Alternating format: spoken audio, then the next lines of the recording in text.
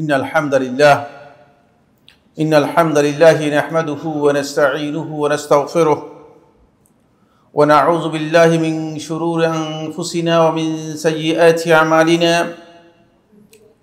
من يهده الله فلا مضل له ومن يضلل فلا هادي له وأشهد أن لا إله إلا الله وحده لا شريك له وأشهد أن محمدًا عبده ورسوله الذي أرسله الله بالحق بشيرًا ونذيرًا وداعيًا إلى الله بإذنه وسراجًا منيرًا أما بعد فإن أصدق الحديث كتاب الله وخير الهدي هدي محمد صلى الله عليه وسلم وشر الأمور محدثاتها وكل محدثة بدعة وكل بدعة ضلالة وكل ضلالة في النار أو كما قال عليه الصلاة والسلام عباد الله أوصيكم ونفسي بتقوى الله عز وجل فإن تقوى الله سبحانه وتعالى ملاك الحسنات وخير الزاد ليوم المعاد قال سبحانه وتعالى يا أيها الذين آمنوا اتقوا الله حق تقاته ولا تموتن إلا وأنتم مسلمون وقال سبحانه وتعالى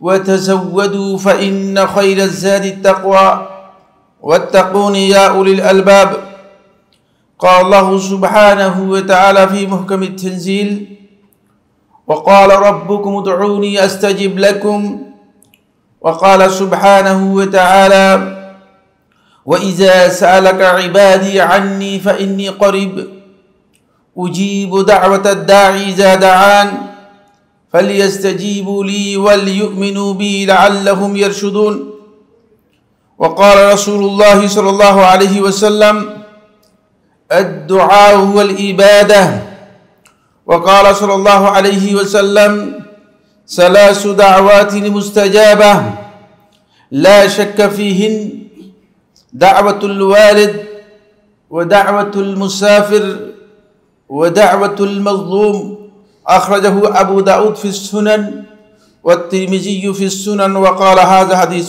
حسن সম্মানিত হাজিরিন মুসল্লিয়ানে কেরাম শুরুতেই আমি আমাকে সহ আপনাদেরকে জীবনের প্রত্যেকটি পর্যায়ে প্রত্যেকটি ক্ষেত্রে আল্লাহ রাব্বুল আলামিনের তাকওয়া অবলম্বন করার উপদেশ দিচ্ছি। আল্লাহ তাআলা আমাদের সবাইকে প্রকাশ্যে ঘরে বাইরে সকল ক্ষেত্রে আল্লাহ রাব্বুল আলামিনের তাকওয়া অবলম্বন করার তৌফিক দান করুন। সম্মানিত হাজিরিন, আমরা আজকের এই সংক্ষিপ্ত খুতবায় অত্যন্ত গুরুত্বপূর্ণ একটি বিষয় নিয়ে আলোচনা করব, যে বিষয়টি শেখুল ইসলাম ইবনে তাইমিয়া রাহিমাহুল্লাহু তাআলা মজমু ফাতাওয়ার 15 নম্বর খণ্ডের 16 পৃষ্ঠা থেকে আরম্ভ করে 21 পৃষ্ঠা পর্যন্ত বিস্তারিত আলোচনা করেছেন। অত্যন্ত গুরুত্বপূর্ণ একটি বিষয়, সেটি হচ্ছে গোপনীয় দোয়ার তাৎপর্য ও প্রভাব। আমরা অনেকেই মনে করি যে দোয়াটা আমরা যত উচ্চস্বরে করতে পারি, যত আওয়াজ করে করতে পারি, যত লোকদেরকে নিয়ে করতে পারি, এটা আল্লাহ তাআলার কাছে বেশি গ্রহণযোগ্য হয়।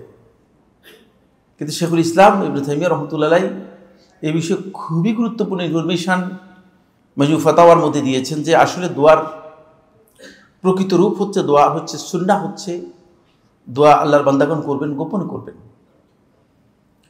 দোয়া এর প্রকৃত রূপ হচ্ছে আল্লাহর বান্দাগণ, আল্লাহ এবং বান্দার মাঝে দোয়া হচ্ছে একটা অত্যন্ত গোপনীয় বিষয়। কিন্তু সেই দোয়াকে আমরা অনেকেই আনুষ্ঠানিকতা নিয়ে গিয়েছি, অনেকে মনে হয় যেন এমনভাবে দোয়া করছি যেন আল্লাহ তাআলা আমার কথা শুনেন না। অনেক উচ্চ স্বরে আল্লাহ তাআলাকে ইয়া আল্লাহ, বাপসাবটা এমন যে মনে হচ্ছে যেন তিনি বুঝাচ্ছেন যে আল্লাহ তাআলা শুনতে পান না। কিন্তু এই মাখলুকাতের সবচেয়ে ক্ষুদ্র মাখলুক, যার আওয়াজ নেই, ক্ষীণ ক্ষুদ্র আওয়াজ, তার কথা আমার আল্লাহ সুবহানাহু ওয়া তাআলা শুনেন। এ বিষয়ে বিস্তারিত আলোচনা হবে যদি সুযোগ সময় আমাদেরকে সাপোর্ট করে। এর আগে আমি একটি কথা বলবো, সেটা হচ্ছে এই, আল্লাহ সুবহানাহু ওয়া তাআলা কোরআনে কারীমের মধ্যে সর্বমোট 4টি আর রাসূলুল্লাহ সাল্লাল্লাহু আলাইহি হাদিসের মধ্যে একটি, সর্বমোট 5টি ওয়াদা করেছেন বান্দার সাথে, যেগুলো বান্দার সাথে আল্লাহ তাআলার ওয়াদা। আল্লাহ রাব্বুল আলামিন অসংখ্য ওয়াঈদ, মানে শাস্তির ঘোষণা দিয়েছেন। ওয়াঈদ হচ্ছে যেখানে শাস্তির ঘোষণা দেওয়া হয়েছে। যেগুলো ওয়াঈদ, শাস্তির ঘোষণা আল্লাহর পক্ষ থেকে রয়েছে, সেগুলো আল্লাহ রাব্বুল আলামিন শাস্তি দেবেন না, বাধ্যতামূলক নয়। হয়তো দিবেন, হয়তো দিবেন না, ক্ষমা করে দেবেন। কারণ আল্লাহ তাআলা ক্ষমাকে পছন্দ করেন। ক্ষমা হচ্ছে আল্লাহ রাব্বুল আলামিনের মহত্ব। এই জন্য আল্লাহ সুবহানাহু ওয়া তাআলা হয়তো শাস্তির কথা বলছেন এখন, হয়তো পরে শাস্তি দিবেন, কিন্তু ওয়াদা আল্লাহ রাব্বুল আলামিন কখনো খেলাফ করবেন না। এর মধ্যে সবচেয়ে বড় একটি ওয়াদা হচ্ছে যেটি সূরাত গাফিরের 60 নম্বর আয়াতের মধ্যে আল্লাহ তাআলা ইরশাদ করেছেন, ওয়াকালা রাব্বুকুম উদউনি আস্তাজিব লাকুম। তোমাদের রব তোমাদেরকে বলেন, উদউনি, তোমরা আমাকে ডাকো, আমার কাছে দোয়া করো, আমার কাছে চাও, আস্তাজিব লাকুম, আমি তোমাদের ডাকে সাড়া দেব। এটা ওয়াদা। এই জন্য এই দোয়া অত্যন্ত গুরুত্বপূর্ণ বিষয়। ঈমানদার ব্যক্তিদের সবচেয়ে শক্তিশালী অস্ত্র হচ্ছে দোয়া। পৃথিবীর যত অস্ত্র আছে, যত শক্তি আছে, সবকিছুর অবক্ষয় এবং মিসিং এর সম্ভাবনা আছে, কিন্তু দোয়া মিসিং হয়। দোয়াতে কোনো মিসিং নেই। বালা মুসিবত, বিপদ আপদে, সংকটে যখন আমরা মানুষদেরকে বলি যে আল্লাহ তাআলার কাছে বলেন, ভাই দোয়া করেন, তখন তাদের বক্তব্য হচ্ছে যে হুজুর দোয়ার সাথে দাওয়াও লাগে। জাহিল, নির্বোধ, আমার আল্লাহ সম্পর্কে বুঝতে পারে নাই, আমার আল্লাহর ক্ষমতা সম্পর্কে বুঝতে পারে নাই, আমার আল্লাহ সুবহানাহু ওয়া তাআলা করতে পারেন না এমন কি আল্লাহ তাআলার কাছে রয়েছে। পৃথিবীর ইতিহাস সাক্ষী। সুতরাং এই জায়গায় মৌলবী, মৌলানা, মুন্সি, হুজুর, পীর সাহেব পর্যন্ত আকীদা ঠিক নেই। আল্লাহ সম্পর্কে কুধারণা করা হয়েছে, আল্লাহ রাব্বুল আলামিন ক্ষমতা সম্পর্কে জানা হয়নি। দোয়ার যে শক্তি রয়েছে সেই শক্তি বুঝতে পারেনি। এই কারণেই আমাদেরকে বলে যে দোয়ার কথা বললাম। শেখুল ইসলাম ইবনুল কাইয়্যিম রাহিমাহুল্লাহ তাআলা এই বিষয়ে একটি কিতাবই লিখেছেন, আদ-দা ওয়াদ-দাওয়া। যাদের আরবি পড়ার সুযোগ আছে পড়ে নেবেন, কারণ এই কিতাব যদি কেউ না পড়েন তিনি আলিমই হতে পারবেন না, এত গুরুত্বপূর্ণ কিতাব। শেখুল ইসলাম রাহিমাহুল্লাহ তাআলা দোয়ার যে কি প্রভাব রয়েছে, দোয়া যে মানুষকে কিভাবে শক্তিশালী করতে পারে এ বিষয়ে বিস্তারিত আলোচনা করেছেন এবং বলেছেন যে এই পৃথিবীতে এমন কোনো জিনিস নেই, এমন কোনো সমস্যা নেই, এমন কোনো সংকট নেই, এমন কোনো অসুস্থতা নেই, দোয়া যার একমাত্র চিকিৎসা হিসেবে, একমাত্র উপায় হিসেবে কাজ করতে পারে না। দোয়াই পারে। আমরা দুর্ভাগ্যের বিষয় হচ্ছে দোয়া থেকে আমরা দূরে সরে আছি। ফলে আল্লাহ রাব্বুল আলামিন সূরাতুল বাকারার মধ্যে 186 নম্বর আয়াতে আল্লাহ রাব্বুল আলামিন রাসূল সাল্লাল্লাহু আলাইহি ওয়াসাল্লামকে লক্ষ্য করে বলছেন, এই আয়াতগুলো সিয়ামের আয়াতের সাথে জড়িত। আপনারা জানেন 183 থেকে শুরু হয়েছে সূরা বাকারার সিয়াম সম্পর্কে আলোচনা করা হচ্ছে 187 পর্যন্ত। মাঝখানে আল্লাহ সুবহানাহু ওয়া তাআলা দোয়ার কথা ঢুকিয়ে দিয়েছেন সিয়ামের সাথে, অত্যন্ত গুরুত্বপূর্ণ বিষয়। ওয়া ইযা সাআলাকা ইবাদি আন্নী, যখন আপনাকে আমার বান্দা, কোরআনে কারীমের মধ্যে খুব কম জায়গায় ব্যবহার করা হয়েছে, চারটি আয়াতের মধ্যে ব্যবহার করা হয়েছে। যখন আমার বান্দা আপনাকে প্রশ্ন করবে আমার সম্পর্কে, তখন স্বাভাবিক নিয়ম অনুযায়ী কথা ছিল যে রাসূল সাল্লাল্লাহু আলাইহি ওয়াসাল্লাম বলবে যে আপনি বলে দিন, কিন্তু বললেন না, ফা ইন্নী করিব, আমি কাছে। বন্ধুগণ, যারা দোয়া বুঝেন নাই তাদেরকে বলছি, আমার আল্লাহ রাব্বুল আলামিন আপনাকে নিশ্চয়তা দিচ্ছেন যে আল্লাহ রাব্বুল আলামিন আপনার কাছে আছেন। আপনি শুধু বলতে পারেন, কিন্তু বলতে পারিনি আমরা। দুর্ভাগ্য হচ্ছে এই জায়গায় উজিবু দাওয়াতাদ দাঈ ইযা দাআন, যখন কোনো দোয়াকারী, আহ্বানকারী, প্রার্থনাকারী যখন আমার কাছে দোয়া করে, আমি তার দোয়া কবুল করি। আমি কবুল করি। আপনি হয়তো মনে করছেন কবুল হয় নাই, না কবুল করি বলতেছেন আল্লাহ তাআলা। তাহলে কি আল্লাহর কথা বিশ্বাস করবেন না আপনার কথা বিশ্বাস করবেন? কবুল করি বলছেন আমার আল্লাহ সুবহানাহু ওয়া তাআলা। ফালিয়াস্তাজিবু লি, সুতরাং আমি যেভাবে তাদের কথা কবুল করলাম, তারা যেন আমার কথাটা কবুল করে। ওয়াল ইউমিনু বি, এবং আমার প্রতি যেন তার সত্যিকার ঈমান আনে। দুইটা কন্ডিশন শেষে দিয়েছেন। আগে বলেছেন দোয়া কবুল করে ফেলবে। আমি আলোচনা করবো না, কারণ এগুলোর উপর আলোচনা করলাম আমরা হয়তো 2 দিন 3 দিন, একটি আয়াতের উপর 3 দিন পর্যন্ত আলোচনা করছি। বিভিন্ন আলোচনা রয়েছে, সেখানে আমরা যাচ্ছি না। ফলে আল্লাহ সুবহানাহু ওয়া তাআলা দোয়ার জন্য আল্লাহ রাব্বুল আলামিন 2টি শর্ত করেছেন কোরআনে কারীমের সূরাতুল আরাফের 55 নম্বর আয়াতের মধ্যে। 2টি শর্ত। উদউ রাব্বাকুম তাদাররুআন ওয়া খুফিয়া, তোমরা তোমাদের রবকে ডাকবে। কিভাবে ডাকবে? কিভাবে দোয়া করবে? তাদাররুআন, অত্যন্ত আকুতি, আর্তনাদের সাথে, অন্তর থেকে সত্যিকার আকুতি দিয়ে আল্লাহ রাব্বুল আলামিনকে ডাকবে। তাদাররুআন, এর প্রথম শর্ত। আপনি ডাকবেন যে অন্তর থেকে আপনার আকুতি থাকতে হবে। শুধুমাত্র হুজুরে বললো আর হুজুরের সাথে আমিন আমিন আমিন বলে চলে গেলেন, মনে করলেন যে গোল মেরে দিয়েছেন। আসলে না, গোল মারেন না, কিচ্ছু করেননি, কোনো গোল হয়নি এটা। কারণ এটা আল্লাহ তাআলা বলে দিচ্ছেন, 2টি শর্ত করে দিচ্ছেন। তাদাররুআন, সেকেন্ড ওয়া খুফিয়াতান, গোপনে করবে। গোপনে করবে, কারণ গোপনের কথা আল্লাহ তাআলা বেশি শুনেন, প্রকাশ্যেটা আল্লাহ রাব্বুল আলামিন গুরুত্ব দেন কম। যখন গোপনে করবেন তখন এর গুরুত্ব অনেক বেড়ে যাবে। এই জন্য আল্লাহ তাআলা সূরাতুল আরাফের 55 নম্বর আয়াতের মধ্যে আল্লাহ রাব্বুল আলামিন এই 2টি শর্ত করে দিয়েছেন। দুর্ভাগ্যের বিষয় হচ্ছে আমাদের আলেম ওলামা এটাকে লৌকিকতায় নিয়ে গিয়েছে, রিয়ায় নিয়ে গিয়েছে, প্রদর্শন ইচ্ছায় নিয়ে গিয়েছে, এটাকে একটা আনুষ্ঠানিকতায় নিয়ে গিয়েছে, এবং সালাতের পরে বিভিন্ন সময় আসেন দোয়া করি। আপনাকে নিষেধ করছে কি দোয়া করতে? আপনি অন্যদেরকে ডেকে কিসের দোয়া করতেছেন? দোয়ার এই বৈশিষ্ট্য আল্লাহ তাআলা কোরআনের মধ্যে বলে দিয়েছেন। আসুন, ফলে হাসান বসরি রাহিমাহুল্লাহু তাআলা বলেন, বাইনা দাওয়াতিস সিররি ওয়া দাওয়াতিল আলানিয়াতি 70 দুআফান, ভালো করে জেনে রাখো, গোপনে দোয়া করা আর প্রকাশ্যে দোয়া করা এই দুইয়ের মধ্যে পার্থক্য হচ্ছে 70 গুণ। 70 গুণ বেশি পাওয়ার রাখে গোপনের দোয়া। বুঝতে পেরেছেন? এটা আমার বক্তব্য নয়, সাইফুল্লাহ তৈরি করে বলি না। প্রত্যেকটা পয়েন্টের মধ্যে মানে আলেমদের বক্তব্য স্যার আমি কথা বলি না, আপনারা জানেন। ওয়াকাদ কানাল মুসলিমুনা ইয়াজতাহিদুনা ফি দুআ, মুসলিমরা যুগে যুগে তারা দোয়া করতেন। ওয়ামা ইউসমাউ লাহুম সাউতুন, তাদের আওয়াজ শোনা যেত না। মা কানাত ইল্লা হামসান বাইনাহুম ওয়া বাইনা রাব্বিহিম, শুধু তাদের মাঝে আর তাদের রবের মাঝে একটু গুনগুন আওয়াজ মনে হতো। ওয়াযালিকা আন্না আল্লাহ আযজা ওয়া জাল, এটা প্রমাণ করে আল্লাহ সুবহানাহু ওয়া তাআলা কোরআনে কারীমের এই সূরাতুল আরাফের 55 নম্বর আয়াতের মধ্যে এই কারণেই এই নির্দেশ দিয়েছেন। ফলে আল্লাহ রাব্বুল আলামিন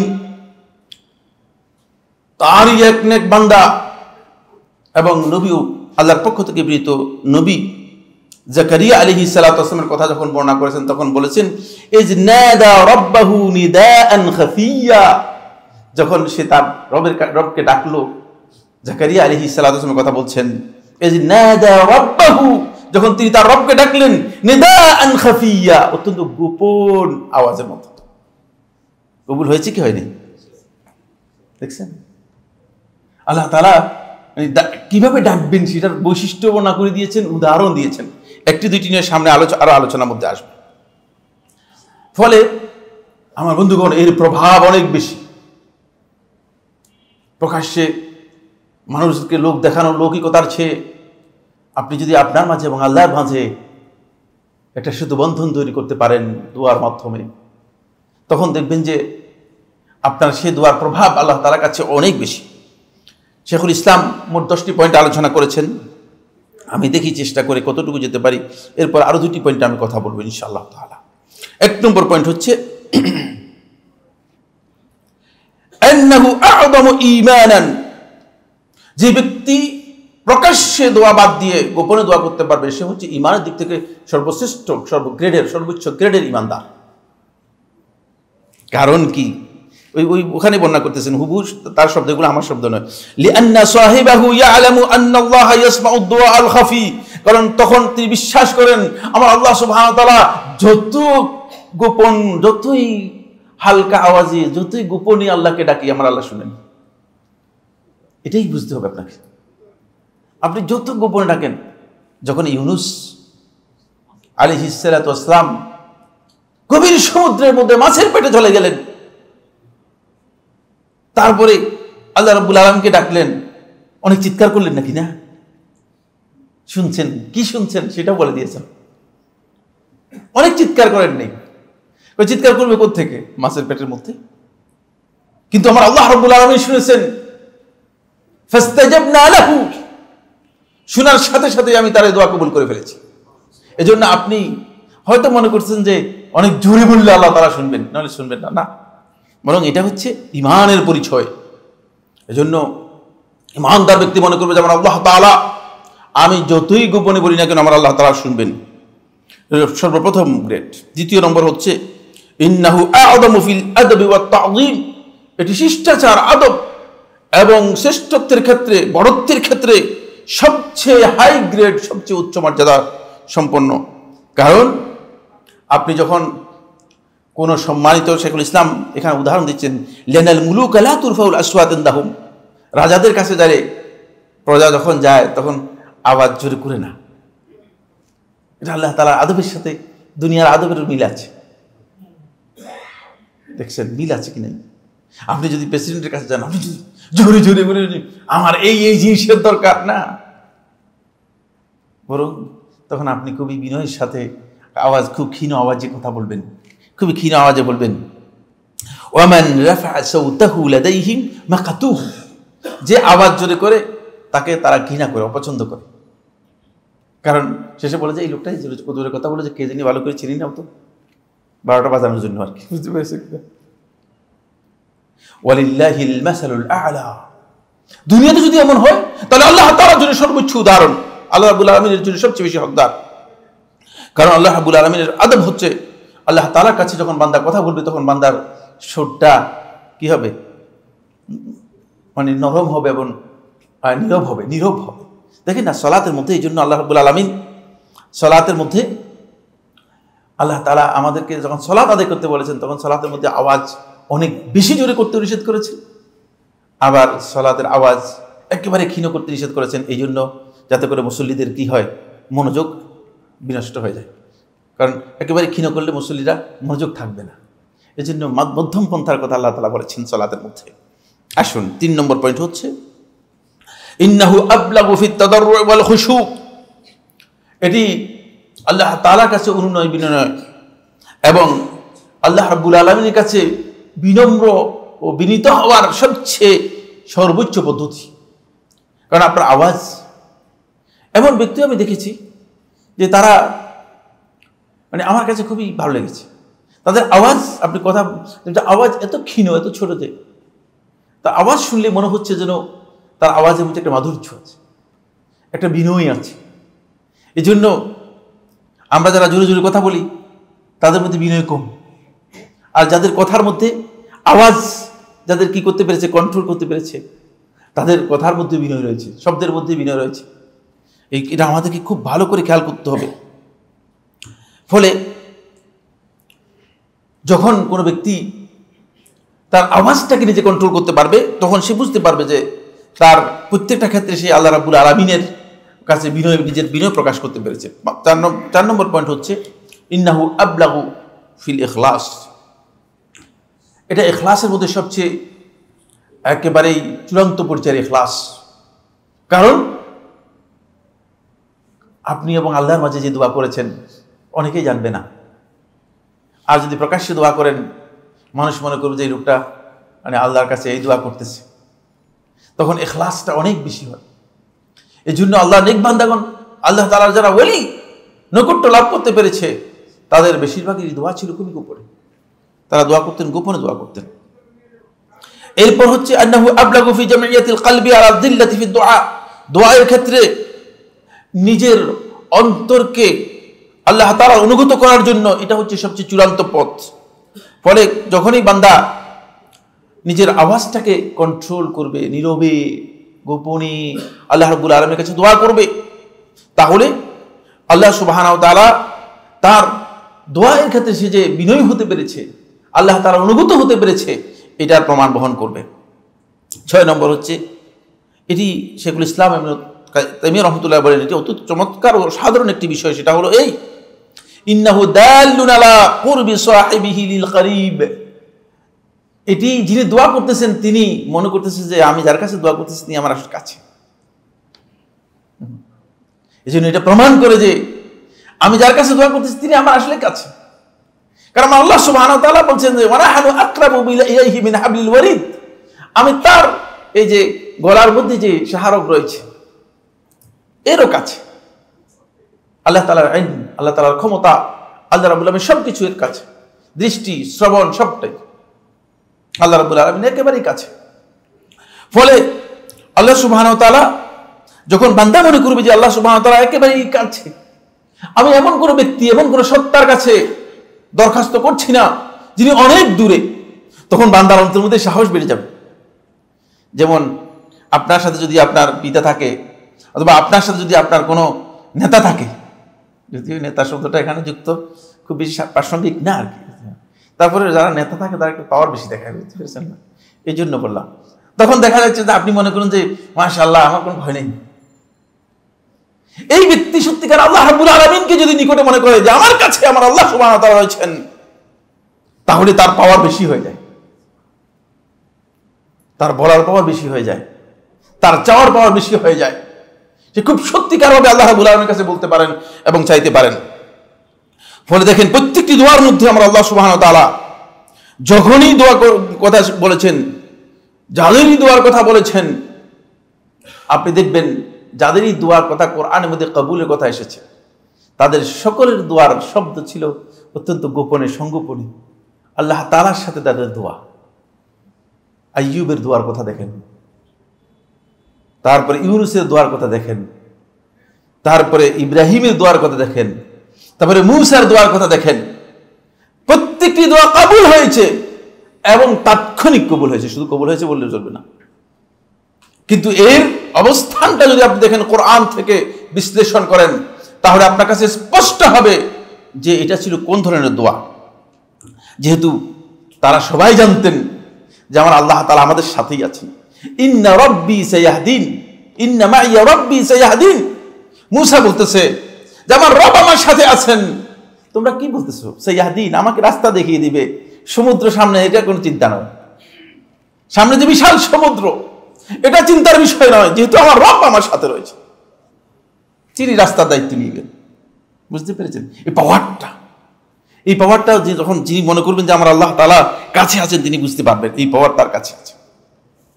ফলে রাসূলুল্লাহ সাল্লাল্লাহু আলাইহি ওয়াসাল্লাম যখন বিদায় হয়ে যাচ্ছিলেন, সাহাবায়ে কেরামগণ তাকবীর এবং তালবিয়া পাঠ করতেছিলেন অনেক জোরে জোরে আওয়াজ করে, অনেক বেশি আওয়াজ করে, অনেক কষ্ট হয়ে যাচ্ছিল সাহাবায়ে কেরামদের। তখন বুখারী হাদিসের মধ্যে এসেছে, রাসূলুল্লাহ সাল্লাল্লাহু আলাইহি ওয়াসাল্লাম বললেন, ইরবাউ আলা আনফুসিকুম, তোমরা নিজেদের উপর অনুগ্রহ করো। ইরবাউ আলা আনফুসিকুম, নিজেদের উপর অনুগ্রহ করো।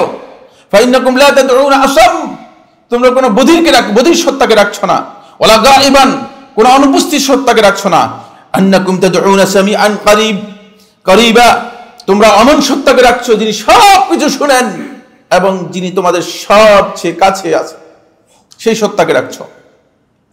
আকরাবু ইলা আহাদিকুম মিন উনুকি রাহিলাতিহি, তোমাদের প্রত্যেকের যে গোড়া আছে না, এই গোড়ার যে গর্দান আছে, গর্দানেরও তোমাদের কাছে তিনি তার ইলম, তার সত্তা, তার ক্ষমতা একেবারেই তোমাদের সাথে রয়েছে। সুতরাং তোমরা এত চিৎকার করার কোনো দরকার নেই, এত জোরে প্রয়োজন নেই। রাসূলুল্লাহ সাল্লাল্লাহু আলাইহি ওয়াসাল্লাম বলেছেন। ফলে আল্লাহ রাব্বুল আলামিন আপনার কাছে আছেন। রাসূল সাল্লাল্লাহু আলাইহি ওয়াসাল্লাম এই আয়াতের মধ্যে যে বললেন, ওয়াইজা সাআলাকা ইবাদি আন্নী ফাইন্নী করিব, আমি কাছে, এখানে একটু ব্যাখ্যা করার প্রয়োজন রয়েছে। সেটা হচ্ছে এই যে আমি যে কাছে আছি, এটা সত্তাগত দিক থেকে নয়, খেয়াল রাখবে। এটা অনেকে হয়তো ভুল বুঝতেন। ফলে এই আকীদায় আমাদের দেশে আশারি মাতুরিদি সহ দেবন্দী পথভ্রষ্ট একটা আকীদা রয়েছে, সেটা হচ্ছে আল্লাহ সর্বত্র বিরাজমান। নাউযুবিল্লাহি মিন যালিক। ওই অর্থে আল্লাহ তাআলা সত্তাগতভাবে সর্বত্র বিরাজমান নন। এখানে আল্লাহ রাব্বুল আলামিনের ক্ষমতা, আল্লাহ তাআলার ইলম, আল্লাহ তাআলার শক্তি, আল্লাহ রাব্বুল আলামিনের শ্রবণ এবং আল্লাহ রাব্বুল আলামিনের দৃষ্টি, এটা হচ্ছে কাছে। মানে আল্লাহ তাআলার যত সিফাত আছে সবগুলোই আল্লাহ রাব্বুল আলামিনের কাছে, কিন্তু সত্তাগতভাবে আল্লাহ রাব্বুল আলামিন আরশে আজিম, আরশের উপর রয়েছেন। এটা আমাদেরকে বিশ্বাস করতে হবে। এটা হলো প্রথম পয়েন্ট। দ্বিতীয় নম্বর হচ্ছে এখানে যে করিব শব্দ বলা হয়েছে, নিকটে, এটা এই করিব বলতে এই যে দূরত্বের ডিস্টেন্সের দূরত্ব বোঝানোর উদ্দেশ্য নয়। করিব বলতে ডিস্টেন্সের দূরত্ব বোঝানোর উদ্দেশ্য নয়। আল্লাহ রাব্বুল আলামিন কাফিরেরও নিকটে। কাফির থেকে কি আল্লাহ তাআলা দূরে নাকি? মুনাফিকেরও, জালেমেরও, সবাই তো আল্লাহ তাআলার নিকটে। তাহলে এখানে এই আয়াতের মধ্যে যে আল্লাহ তাআলা বললেন যে আমার সম্পর্কে বান্দা যখন প্রশ্ন করবে আপনি বলুন করিব, এর অর্থ কি? এর হচ্ছে করিব বলতে বুঝিয়েছেন আল্লাহ রাব্বুল আলামিন সাহায্য তোমার জন্য অপরিহার্য, কাছেই। সাহায্যটা আপনি একটু হাত দিলেই পেয়ে যাবেন, এই উদ্দেশ্য হচ্ছে করিব বলতে বোঝানো হয়েছে। আর ব্যাখ্যা করবো না এই বিষয়ে। 8 নম্বর পয়েন্ট হচ্ছে যেটি, সেটা হলো যখন আমরা আমাদের দোয়াকে যখন গোপন করব, তখন অনেক রকম আপনি প্রতিবন্ধকতা অথবা ডিস্টার্ব থেকে নিজেকে বাঁচাতে পারবেন। কারণ আপনি যদি দোয়া করেন আর অন্যরা শুনে, তখন অন্যরা আপনাকে এসে বলবে ভাই আপনি এটা কি দোয়া করলেন। এই ডিস্টার্ব থেকে আপনি বেঁচে যাবেন। কারণ আপনি জানেন না যে মানুষ বিভিন্ন জন বিভিন্ন মতলবের, মানুষের মধ্যে এক মতলবের লোক নেই। মানুষের মধ্যে কি নেই? এক মতলবের লোক নেই। বিভিন্ন মতলবের লোক থাকার কারণে, বিভিন্ন ধারার লোক থাকার কারণে, মাত্রার লোক থাকার কারণে দোয়াটা আপনি যদি গোপনে করে থাকেন, তাহলে আপনি নিজে এর প্রতিবন্ধকতা থেকে, কারো মন্তব্য থেকে, এখান থেকে আপনি নিজেকে হেফাজত করতে পারবেন। ফলে কেউ আপনার ব্যাপারে সে মন্তব্য করার সুযোগ পাবে না। এরপরে 9 নম্বর পয়েন্ট যেটি উল্লেখ করেছেন শেখুল ইসলাম ইবনে তাইমিয়া রাহমাতুল্লাহ, তিনি বলেন দোয়া এবং ইবাদত এই আসমানের নিচে জমিনের উপরে আল্লাহ তাআলার যত নিয়ামত আছে, এই সবগুলো নিয়ামতের মধ্যে শ্রেষ্ঠ নিয়ামত। এটা আমরা হয়তো অনেকে জানি না। বুঝতে পেরেছি? আমরা মনে করে থাকি যে যদি 1 কোটি টাকার মালিক হয়ে যেতাম অনেক বড় নিয়ামত, 2-3টা গাড়ি হয়ে যেত অথবা একটা বাড়ি হয়ে যেত, অনেক বড় নিয়ামত পেয়ে গেছে। না, আল্লাহ রাব্বুল আলামিনের কাছে সবচেয়ে বড় নিয়ামত হচ্ছে আল্লাহ তাআলা কোন বান্দাকে যদি আল্লাহ রাব্বুল আলামিনের দোয়া করার তৌফিক দিয়ে থাকেন, এটা সবচেয়ে বড় নিয়ামত। যদি ইবাদত করার তৌফিক দিয়ে থাকেন, এটা সবচেয়ে বড় নিয়ামত। এই জন্য ইউসুফ আলাইহিস সালাতু ওয়াস সালাম যখন কঠিন কঠিন সমস্যার মধ্যে পড়ে গিয়েছেন, তখন ইউসুফ কিন্তু আল্লাহ রাব্বুল আলামিনের কাছে মানে এমন কথা বলেন নাই যে আল্লাহ মানে আমাকে কষ্টের মধ্যে আছে, সেটাকে কষ্ট মনে করেন, সে সাধারণ মনে করেছেন। কিন্তু যখন ইউসুফকে দায়িত্ব দেওয়া হলো ক্ষমতার, তখন ইউসুফ ভয় পেয়ে গিয়েছেন। ভয় পেয়ে গিয়েছেন, কারণ এটা কঠিন জিনিস, ভয়ঙ্কর জিনিস, সেখানে ভয় পেয়ে গিয়েছেন। ফলে আল্লাহ রাব্বুল আলামিন যেহেতু এই নিয়ামত যদি আপনার কাছ থেকে কোনো না কোনো কারণে সরে যায়, আপনি বিপদগ্রস্ত হয়ে যাবেন। এই জন্য নিয়ামতের বিধান হচ্ছে, নিয়ামত কখনো মানুষের কাছে বলে বেড়ানো নাই। সুন্নাহ হচ্ছে বলে বেড়ানো নেই। যেমন আপনার বাড়ি আছে 5টা, গাড়ি আছে 10টা, আসে মানে মসজিদের সমস্ত লোকদের বললেন, সুন্নাহ পরিপন্থী কাজ। নিয়ামতকে গোপন করা, যতটুকু দরকার উল্লেখ করবেন, মানে বেশি বর্ণনা করে বেড়াবেন না। কারণ অনেকের চোখের মধ্যে সমস্যা আছে, চোখের এই সমস্যাকে হাসাদ বলা হয়ে থাকে, হিংসা। এই হিংসা যখন তার অন্তরে গিয়ে এটা বিষাক্ত হয়, তখন চোখ দিয়ে বিষ কি হয়, নিঃসরিত হয়। এই বিষ চোখ দিয়ে নিঃসরিত হয়ে এক পর্যায়ে গিয়ে চোখ আপনার ওই নিয়ামতের উপর পড়ে যায়, আপনার নিয়ামতটা দূর হয়ে ক্ষতিগ্রস্ত হয়ে যাবে। এটাকে বলা হয় থাকে বদনজর অথবা আইন। এর কারণে প্রচুর লোক মারা পর্যন্ত যায়। এই জন্য এই কাজ থেকে বাঁচার জন্য আপনি এই নিয়ামত যে আল্লাহ রাব্বুল আলামিন, কারণ আপনি যখন বলবেন যে আপনি দোয়া করেছেন, আল্লাহ তাআলা দোয়াটা কবুল করেছেন, তখন একজন লোককে বললেন, আর তার অন্তর মধ্যে হিংসা থাকার কারণে সে এমনভাবে আপনার প্রতি দেখালো, আর দোয়া করলে দোয়া কবুল হবে না, না আমারটুকু আপনার কাছ থেকে জায়েল হয়ে গেছে, সরে গেছে। ফলে এই দলিল কি, অনেক দলিল আছে, সময় নেই সেজন্য আর বলতে পারছি না। ইউসুফ আলাইহিস সালামকে যখন ইউসুফ আলাইহিস সালাম স্বপ্নে দেখলেন, তখন স্বপ্নের কথা এসে ইয়াকুব আলাইহিস সালামকে বললেন, বলে যে আমি এই স্বপ্ন দেখেছি। তখন ইউসুফ আলাইহিস সালাম বুঝতে পারলেন স্বপ্নের অর্থ কি। ইউসুফ আলাইহিস সালামকে বললেন, লা তাকসুস রুইয়াকা আলা ইখওয়াতিক, তোমার এই স্বপ্নের ঘটনা তোমার ভাইদের কাছে বলো না, ফায়াকিদু লাকা কাইদান, তাহলে তোমার বিরুদ্ধে ষড়যন্ত্র করতে পারে। ঘটনা তাই হয়েছে, তো আপনারা জানেন, সূরা ইউসুফ পড়লে আপনারা পেয়ে যাবেন বিস্তারিত। 10 নম্বর যে পয়েন্টটি নিয়ে কথা বলবো সেটা হচ্ছে দোয়া এর মধ্যে আমার বন্ধুগণ, এটা হচ্ছে আল্লাহ রাব্বুল আলামিনের জিকির এর মধ্যে রয়েছে এবং আল্লাহ তাআলার প্রশংসা এর মধ্যে রয়েছে। তাই যখন কোনো ব্যক্তি দোয়া করবে, তিনি আল্লাহ রাব্বুল আলামিনের প্রশংসা করলেন, এবং অতিরিক্ত যেটা সেটা হচ্ছে তিনি প্রশংসার সাথে আল্লাহ রাব্বুল আলামিনের কাছে নিজের যে চাওয়াটুকু সেই চাওয়াটুকু চাইলেন। এই কারণে প্রশংসার কারণে তিনি আল্লাহ তাআলার ভালোবাসা লাভ করতে পারবেন, আর চাওয়াটুকু আল্লাহ রাব্বুল আলামিনকে চাওয়ার কারণে আল্লাহর পক্ষ থেকে নিয়ামত তিনি লাভ করতে পারবেন। এই কারণেই দোয়া শুধুমাত্র মানে চাওয়া নয়। অনেকে মনে করে থাকে যে দোয়াটা হচ্ছে শুধুমাত্র চাওয়া, না, দোয়াটা শুধুমাত্র চাওয়ার বিষয় নয়। ফলে আপনি যখন আল্লাহ রাব্বুল আলামিনের কাছে দোয়া করবেন, তখন আপনি আল্লাহ তাআলার প্রশংসা করলে সেই প্রশংসাটুকু আল্লাহ রাব্বুল আলামিনের কাছে গ্রহণযোগ্য হবে। এবার আসুন যে পয়েন্টটি নিয়ে কথা বলবো, সেটা হচ্ছে রাসূলুল্লাহ সাল্লাল্লাহু আলাইহি ওয়াসাল্লাম হাদিসের মধ্যে কিছু দোয়ার ব্যাপারে আল্লাহ নবী সাল্লাল্লাহু আলাইহি ওয়াসাল্লাম বলেছেন যে এই দোয়াগুলো আল্লাহ রাব্বুল আলামিনের কাছে কবুল হয়ে যাবে, কখনো আল্লাহ তাআলা ফেরত দেন না। তোর মধ্যে আমি আপনাদের সামনে 3টি হাদিস বর্ণনা করব, এই দোয়াগুলোর বৈশিষ্ট্য নিয়ে কথা বলবো। রাসূলুল্লাহ সাল্লাল্লাহু আলাইহি ওয়াসাল্লাম থেকে আবু হুরায়রা বর্ণনা করেন, তিনি বলেন রাসূলুল্লাহ সাল্লাল্লাহু আলাইহি ওয়াসাল্লাম ইরশাদ করেছেন, সালাসু দাওয়াতিন মুস্তাজাবাত, 3টি দোয়া আল্লাহ তাআলার কাছে একেবারেই কবুল দোয়া। দোয়া করবেন, কবুল হয়ে যাবে, লা শাক্কা ফিহিন, এর মধ্যে কোনো সন্দেহ নেই। দাওয়াতুল ওয়ালিদ, সন্তানের বিরুদ্ধে পিতার দোয়া, দোয়া সন্তানের জন্য পিতার দোয়া। দাওয়াতুল মুসাফির, মুসাফির ব্যক্তির দোয়া। ওয়া দাওয়াতুল মাজলুম, মাজলুম অত্যাচারিত ব্যক্তির দোয়া। আবু দাউদ তার সুনানের মধ্যে বর্ণনা করেছেন 1536, ইমাম তিরমিজি রাহমাতুল্লাহ সুনানের মধ্যে বর্ণনা করেছেন 1905, হাদিসটি সহিহ। এই হাদিস থেকে বোঝা যায় এই 3 জনের দোয়া আল্লাহ রাব্বুল আলামিনের কাছে কবুল হবে। আগে হাদিসগুলো পড়ি, তারপর বিশ্লেষণে কয়েকটি কথা বলবো। 2 নম্বর হাদিস আব্দুল্লাহ ইবনে আব্বাস রাদিয়াল্লাহু আনহু বর্ণনা করেন, তিনি বলেন রাসূলুল্লাহ সাল্লাল্লাহু আলাইহি ওয়াসাল্লাম যখন মুআজ ইবনে জাবাল রাদিয়াল্লাহু তাআলাকে ইয়েমেনের গভর্নরের দায়িত্ব দিয়ে, ইয়েমেনের কালেকশন, যাকাত কালেকশন সহ ইয়েমেনের লোকদের দ্বীনের জ্ঞান দেওয়ার জন্য দায়িত্ব দিয়ে প্রেরণ করলেন ইয়েমেনে, তখন রাসূলুল্লাহ সাল্লাল্লাহু আলাইহি ওয়াসাল্লাম মুআজ ইবনে জাবাল রাদিয়াল্লাহু তাআলাকে বললেন, ইত্তাকি দাওয়াতাল মাজলুম, মাজলুম অত্যাচারিত ব্যক্তির দোয়া,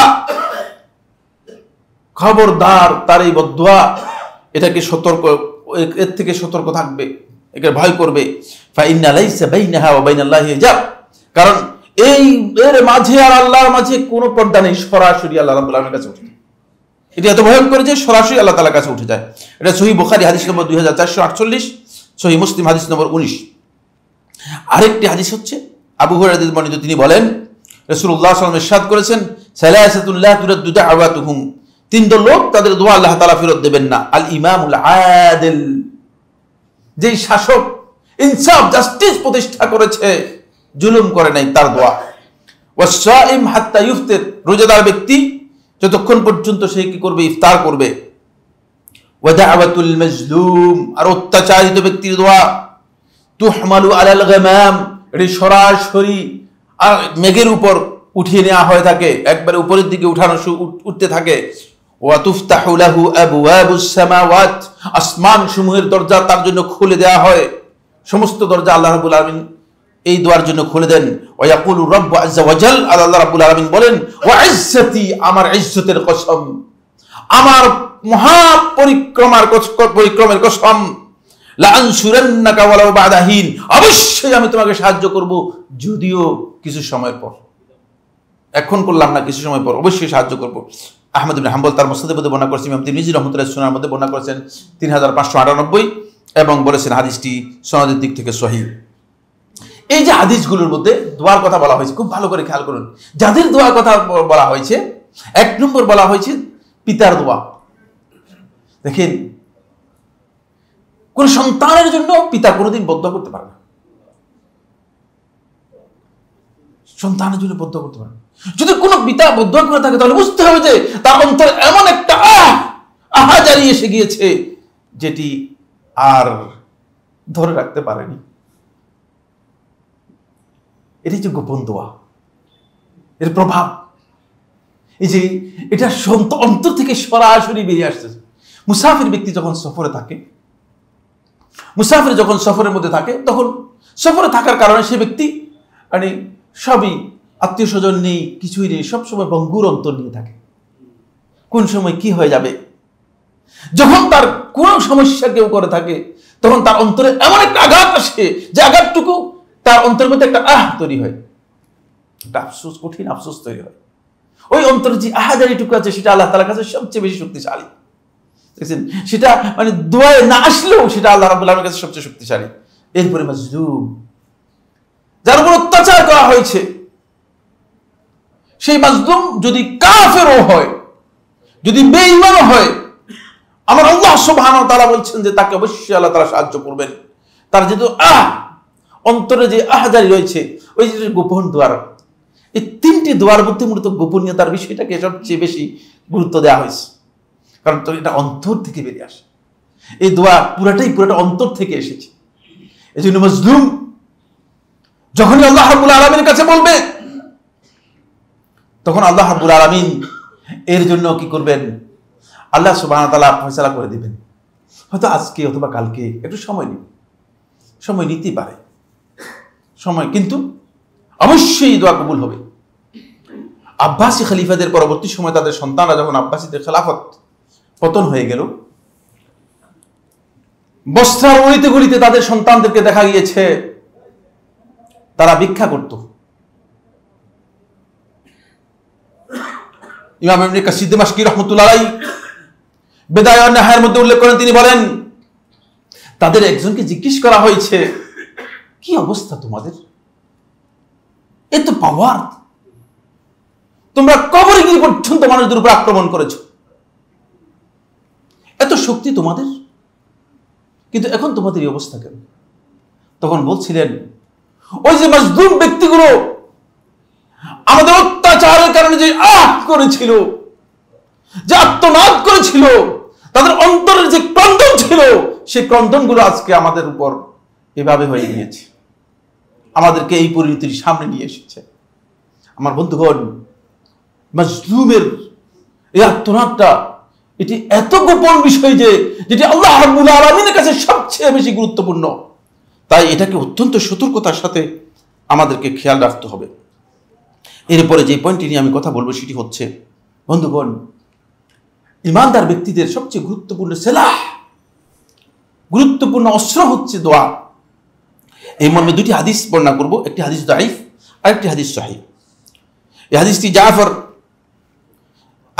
ইবনে মুহাম্মদ ইবনে আলী ইবনে হুসাইন ইবনে আলী, আপনারা জানতে পেরেছেন এই সনদটা, এই শিয়াদের কাছে এটাকে সিলসিলাতুজ যাহাবিয়া বলা হয়, তাকে স্বর্ণালী সনদ। যিনি হচ্ছেন ওই ইমাম জাফর সাদিক, তার ছেলে মুহাম্মদ আল বাকির, তার ছেলে আলী ইবনে হুসাইন জৈনুল আবদিন, তার ছেলে হচ্ছে হুসাইন ইবনে আলী, তার পিতা হচ্ছে হুসাইন ইবনে আলী, আর তার পিতা হচ্ছে আলী ইবনে আবি তালেব। এই সনদে বর্ণিত হয়েছে। তিনি বলেন, কাল রাসূলুল্লাহ সাল্লাল্লাহু আলাইহি ওয়াসাল্লাম, রাসূলুল্লাহ সাল্লাল্লাহু আলাইহি ওয়াসাল্লাম বর্ণনা করেছেন, আদ-দুআ সিলাহুল মুমিন, দোয়া হচ্ছে ইমানদার ব্যক্তির জন্য অস্ত্র। ইমানদার ব্যক্তি প্রথম যে অস্ত্র দিয়ে ইমানদার ব্যক্তি যুদ্ধ করতে হবে, সেই অস্ত্র হচ্ছে মূলত দোয়া। ওয়া ইমাদুদ্দিন, এটা হচ্ছে দ্বীনের একমাত্র ভিত্তি, দ্বীনের মজবুত ভিত্তি হচ্ছে দোয়া। ওয়া নূরুস সামাওয়াতি ওয়াল আরদ, আসমান এবং জমিনের এই যে আলো দেখতে পাচ্ছেন, এই আলো হচ্ছে মূলত দোয়া। এটা আল্লাহ রাসূল সাল্লাল্লাহু আলাইহি ওয়াসাল্লাম হাদিস। কাল আল হাকিম, মুস্তাদরাকের মধ্যে হাকিম আবু আব্দুল্লাহ নিশাপুরি রাহমাতুল্লাহ বলেন, হাযা হাদিসুন সহিহ, হাদিসটা সহিহ। হাদিস নিয়ে জমহুর আলেমদের মধ্যে কেউ কেউ বিতর্ক করেছেন, তবে এই সনদকে অনেকেই সহিহ বলেছেন, এই সনদকে অনেকেই সহিহ বলেছেন। আরেকটি হাদিস জাবির ইবনে আব্দুল্লাহ থেকে বর্ণনা করেন, তিনি বলেন রাসূলুল্লাহ সাল্লাল্লাহু আলাইহি ওয়াসাল্লাম ইরশাদ করেছেন, আলা আদুল্লুকুম মা ইউনজিকুম মিন আদুউবিকুম, তোমাদেরকে কি আমি এমন একটি বিষয় সম্পর্কে জানাবো না, মা ইউনজিকুম মিন আদুউবিকুম, যা তোমাদের দুশমন থেকে তোমাদেরকে রক্ষা করবে, দুশমন থেকে তোমাদেরকে নাজাত দেবে, ওয়া ইউদিরু লাকুম আরযাকাকুম, আর তোমাদের রিজিক বৃদ্ধির জন্য সহযোগিতা করবে, এমন বিষয় কি তোমাদেরকে জানাবো না। তাদউন আল্লাহ ফি লাইলিকুম ওয়া নাহারিকুম, তোমরা দিনে এবং রাতে তোমাদের রবকে আল্লাহ রাব্বুল আলামিনের কাছে দোয়া করবে। ফা ইন্নাদ দুআ সিলাহুল মুমিন, কারণ দোয়া হচ্ছে মুমিন ব্যক্তির জন্য একমাত্র অস্ত্র। এটি আবু ইয়ালা তার মুসনাদের মধ্যে বর্ণনা করেছেন, কেউ কেউ হাদিসটিকে দাঈফ করেছেন, কেউ হাদিসটিকে দাঈফ বলেছেন।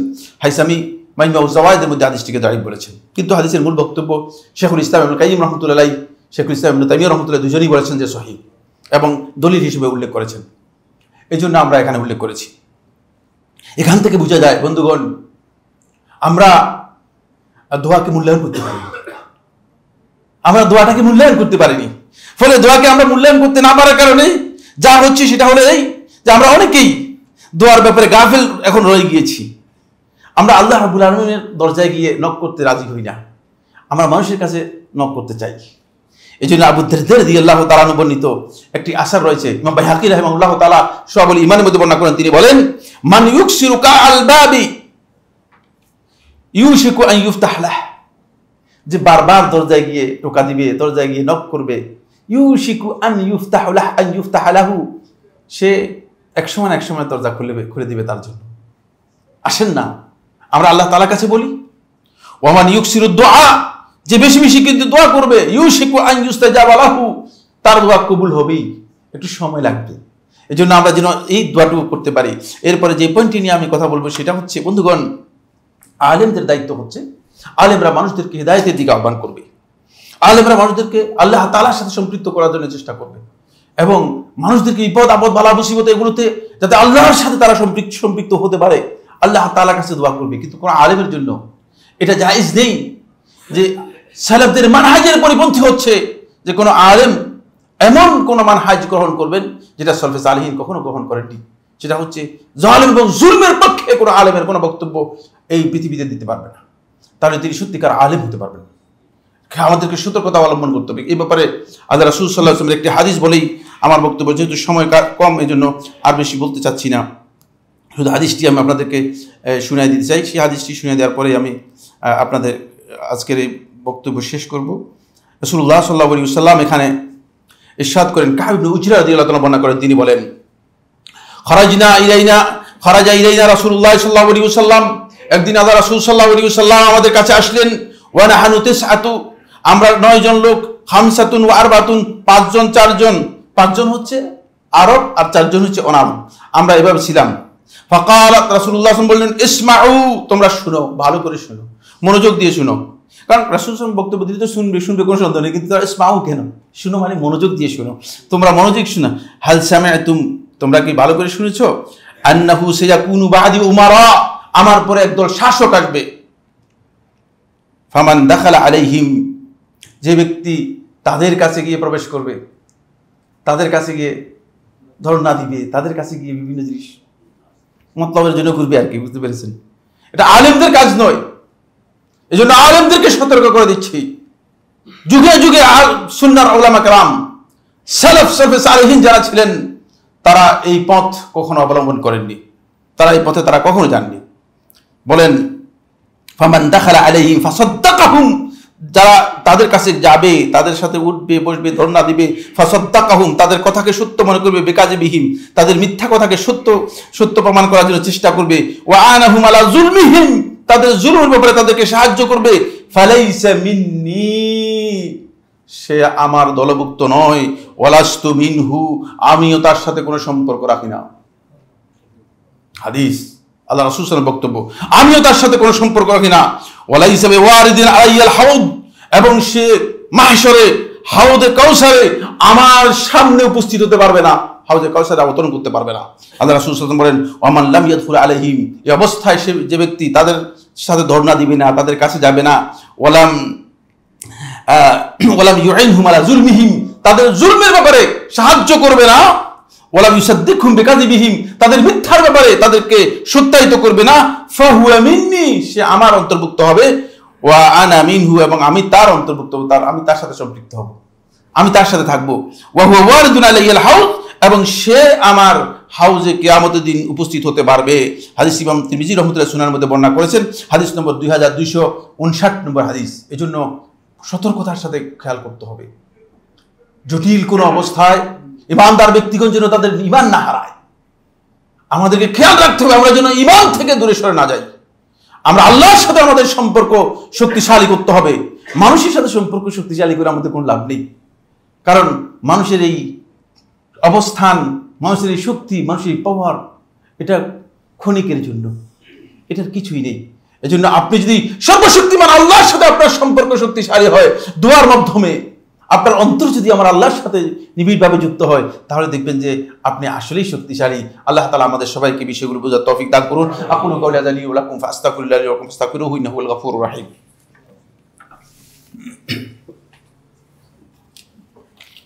আলহামদুলিল্লাহ আলহামদুলিল্লাহ আলা ইহসানিহি ওয়া শুকরু লাহু আলা তৌফিকিহি ওয়া ইমতিনানিহি ওয়া আশহাদু আল্লা ইলাহা ইল্লাল্লাহ ওয়াহদাহু লা শারীকা লাহু তা'যীমান লিশানিহি ওয়া আশহাদু আন্না মুহাম্মাদান আবদুল্লাহি ওয়া রাসূলুহু আদ-দাঈ ইলা রিদওয়ানিহি ওয়া আলা আলিহি ওয়া আসহাবিহি ওয়া ইখওয়ানিহি ইবাদাল্লাহ রাহিমাকুমুল্লাহ।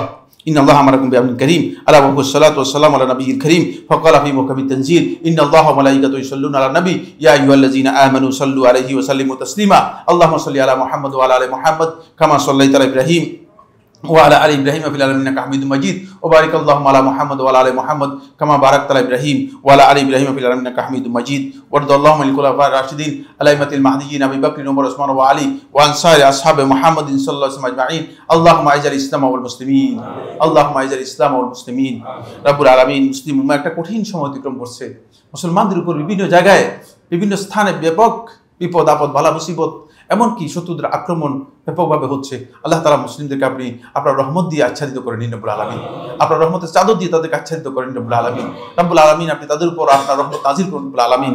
রব্বুল আলামিন ইসলামের দুশমন যারা আছে রব্বুল আলামিন তাদেরকে আপনি আপনার পক্ষ থেকে আযাব দিয়ে ধ্বংস করে দিন রব্বুল আলামিন।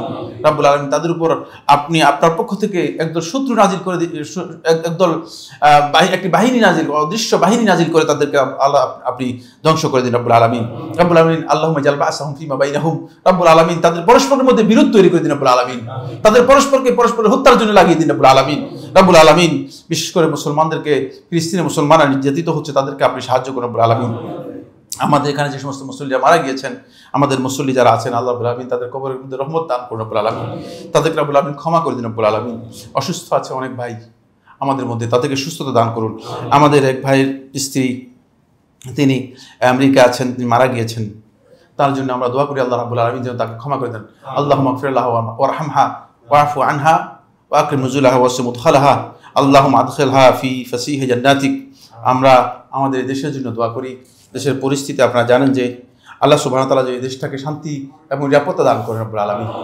আল্লাহ রাব্বুল আলামিন যেন যারা ক্ষমতায় আছে, যারা পাওয়ারে আছে, তাদেরকে আল্লাহ রাব্বুল আলামিন যেন সুমতি দান করেন এবং দেশের জন্য যেটা কল্যাণ হয় সেই কল্যাণ যেন সবাই করতে পারে সেই তৌফিক দান করেন রব্বুল আলামিন।